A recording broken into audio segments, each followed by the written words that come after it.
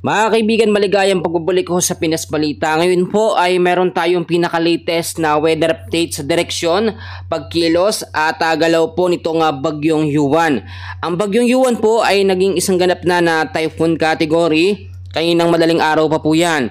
At ngayon po ay tinatahak nito ang ilang bahagi po ng Eastern Visayas habang dumadaan siya papunta or patungo po ng bahagi ng North Luzon. Nakataas na rin po ang wind signal number 1 at signal number 2 sa malaking bahagi po ng Luzon. Aalamin natin yung mga apektado rin ng heavy rainfall warning dahil nga po sa inaasahang malawakan at malalakas po na pag-ulan dulot po ng typhoon hanggang sa super typhoon Yuan na kategory po ng bagyo. Bago ho natin ipagpatuloy, ako hihingi lamang ng maliit na pabor na i-like nyo yung video natin bilang pagsuporta na rin po sa amin yon. Maraming salamat po. Tara po, samahan nyo po muna ako mga kaibigan sa kakaunting minuto na update natin sa lagay ng ating panahon. Kung makikita nyo po sa ating pinaka-live weather radar and system, ang bagyong Yuan or Uwan ay naging isang typhoon na kategory na. Yung sirkulasyon po ng hangin niya mas lumawak po siya sa ngayon. At kung makikita po ninyo, nasa 900 to 1,000 kilometers yung lawak, yung radius, yung nasa sako po ng kanyang spiral clouds, yung mga hangin po na nakapalibot sa kanya bukod dyan sa pinakasentro. So ngayon nakita naman natin na hasakupan na nito o naiikutan na ang malaking bahagi ng Luzon, Visayas at Mindanao. Kaya naman nakataas na ngayon ang signal number 1. Actually yung signal number 1 natin masyado na pong marami yung mga lugar na apektado. Alamin muna natin yung mga lugar na apektado po ng signal number 1. Ang signal number 1 natin ay apektado po ang lugar ng Batanes. Unahin natin ito, yung record, nag-record siya.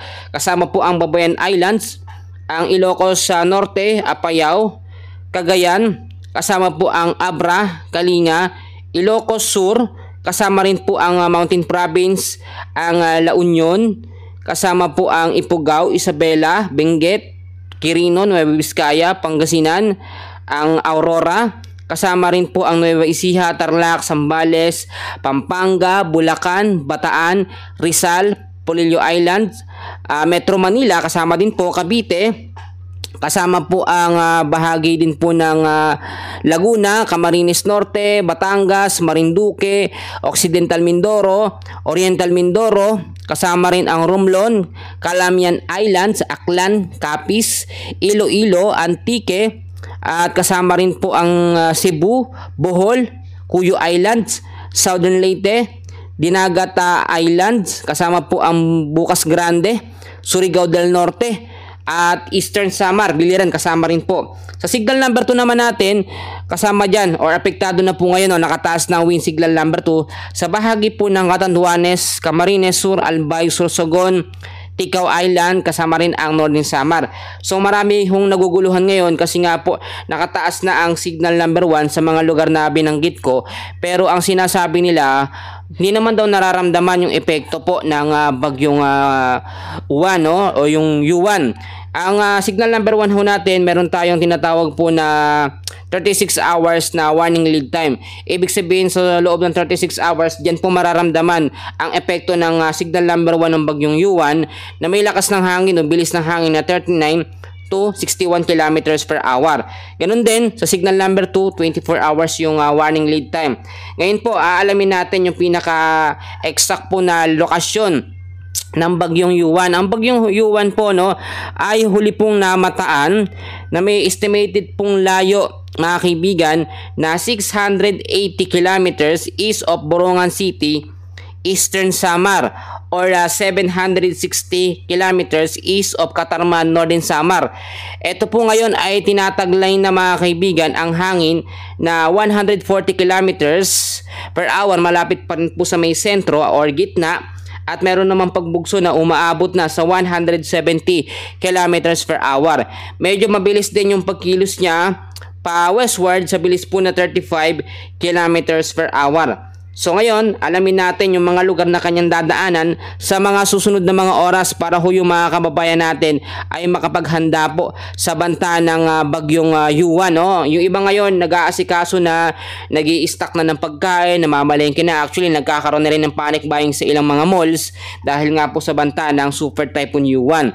Pagdating po mamayang gabi ho ng ngayong araw din po, November 8, 475 kilometers east of Catanduanes ang magiging lokasyon po ng bagyong Yuan, at lalakas ito sa 155 kilometers per hour, typhoon category pa rin. Pagdating naman po ng linggo ng madaling araw ng alas 5 hanggang sa alas 8, 230 kilometers east of Daet, Camarines Norte ang kanyang magiging lokasyon. At ito po, lalakas po siya sa 175 kilometers per hour. Lalakas po ng hangin at gana pa ring typhoon category. Pero pagdating naman po ng linggo ng alas 8 ng gabi, nandito na yung pinaka-peak ng lakas po ng bagyong Yuan. Ang bagyong Yuan ay lalakas na po sa 185 kilometers per hour na lakas po ng hangin, at meron naman po itong magiging lokasyon or nandito na siya sa coastal water po ng Kasiguran, Aurora. Ang super typhoon po ay nagre-range yung lakas o bilis ng hangin from 185 kilometers per hour hanggang sa 240 pataas po yan, no? Kilometers per hour na lakas po ng hangin. So mas maganda na maging alerto, maging handa po tayo. Pagdating naman po mga kaibigan ng November 10, ito po ay araw po ng Lunes. Nasa coastal water na po ng Bolinao, Pangasinan ang super typhoon Yuan, at medyo bahagyang hihina ito dahil nga po sa impact na kanyang matatamo dito po sa kalupaan ng North Luzon. Ang super typhoon o malalakas na bagyo, pag sa North Luzon talaga yan o bahagi ng Luzon yan tumatama, nababawasan yung impact dahil po sa dami ng mga kabundukan, meron ding mga puno. No, alam nyo, napaka-importante ngayon at talagang dapat ma-appreciate natin yung mga kabundukan natin. Yung iba kasi minimina, sinisira, no? Imbis na yun ang protection natin sa mga malalakas na mga bagyo, wala na ngayon. Pero kahit pa paano naman, salamat sa Diyos dahil nababawasan yung impact ng mga bagyo na tumatama o malalakas na bagyo tumatama dyan po sa bahagi ng North Luzon. So wag tayo masyadong magpanik, no? Ang kinakailangan lang natin, maging handa at maging alerto. Pagdating naman din po mga kaibigan ng November 10 ng alas 8 ng gabi, 200 kilometers west of Sinait, Ilocos Sur ang kanyang magiging lokasyon. At ang bagyong Yuan ay lalabas pa ng ating Philippine Area of Responsibility pagdating pa po ng November 12 alas 8 ng umaga, 390 kilometers west of Itbayat, Batanes ang kanyang magiging lokasyon. At ang bagyong Yuan mga kaibigan, kahit po ito ay lumabas na ating Philippine Area of Responsibility, magkakaroon pa rin ng epekto yung kanyang trap or extension ng kanyang hangin. Kung makikita nyo kasi sa magiging hangin ito, yung extension ng kanyang hangin, nasa 900 to 1,000 kilometers po, no, yung radius or lawak po talaga ng nasasakupan. So hindi biro talaga ang merong super typhoon category na bagyo. Ngayon po, alamin naman natin yung mga heavy rainfall warning na mararanasan po ngayong araw po ng Sabado hanggang sa Linggo ng hapon hanggang sa Lunes po ng hapon. So dahil po sa bagyong Typhoon Yuan, meron tayong ina-expect ngayong araw po ng Sabado na 50 to 100 mm sa dami ng pag-uulan yan po sa Eastern Samar, Northern Samar at Catanduanes. By tomorrow naman po, asahan po natin, no, Linggo ng hapon hanggang sa Monday ng hapon, 200 mm sa dami ng pag-uulan ang aasahan po natin sa Camarines Norte, Camarines Sur, Catanduanes, Albay at sa may Aurora. Meron din tayong ina-expect na 100 to 200 mm sa dami ng pag-ulan dito po sa may Cagayan, sa may Isabela, Quirino, Nueva Vizcaya, Quezon, Sorsogon, Masbate, Northern Samar at Eastern Samar. 50 to 100 mm sa dami naman ng pag-ulan ng ating aasahan. Yan po sa may Apayao, Kalinga, Mountain Province, Ifugao, Abra.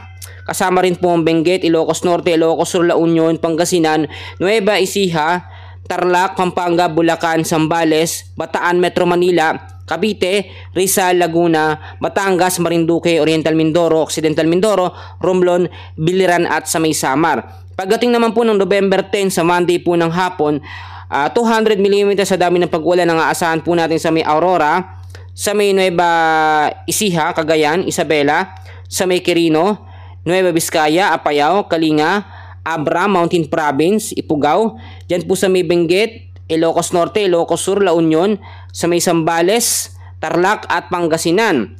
At pagdating naman din po ng November 10 po ng hapon hanggang sa mga susunod na araw, 100 to 200 mm sa dami ng pag-uulan ang aasahan po natin sa Metro Manila, sa may Bataan, Pampanga, Bulacan, Cavite, Laguna, Batangas, Rizal, Quezon at Occidental Mindoro. Bahagya namang hihina din sa November 10 ang bahagi po ng Batanes na meron 50 to 100 mm sa dami ng pag-ulan. Kasama rin ang Oriental Mindoro, ang Marinduque, Romblon, Camarines Norte at Camarines Sur. So ngayon, dahil po nasa typhoon category na at ito'y mas lalo pang lumalakas, inaasahan na ang bagyong Yuan ay magi-intensify agad o bigla ang lalakas ito sa pagiging tinatawag po natin na very strong typhoon. Then after ng pagiging very strong typhoon, ito'y papalo na o papasok na sa tinatawag natin na super typhoon category. Ang super typhoon ay kayang magtala ng signal number 5 na category po na lakas ng hangin. At yung mga lugar na yan ay hindi pa natin masyadong masasabi exactly yung mga lugar dahil may mga konting pagbabago pa. Dahil kung ito'y mas bumaba pa ng konti, medyo maapektuhan ng Eastern Visayas. Kapag mas umangat pa, extreme northern Luzon naman ang medyo delikado sa banta po ng bagyong Yuan. At ang bagyong Yuan mga kaibigan, super typhoon category man, hindi pa naman direkta o masyadong nararamdaman sa ngayon. Pero asahan nyo mamaya ang hapon hanggang sa gabi, hanggang bukas po ng madaling araw ng linggo, unti-unti na pong mararamdaman ang impact nito. So sa ngayon, yan muna ang pinaka-latest na update natin sa lagay ng ating panahon. Mamaya huli, i-update ko kayo. So please don't forget po to like and subscribe and pahit ng notification bell. Maraming salamat, mag-ingat po tayong lahat.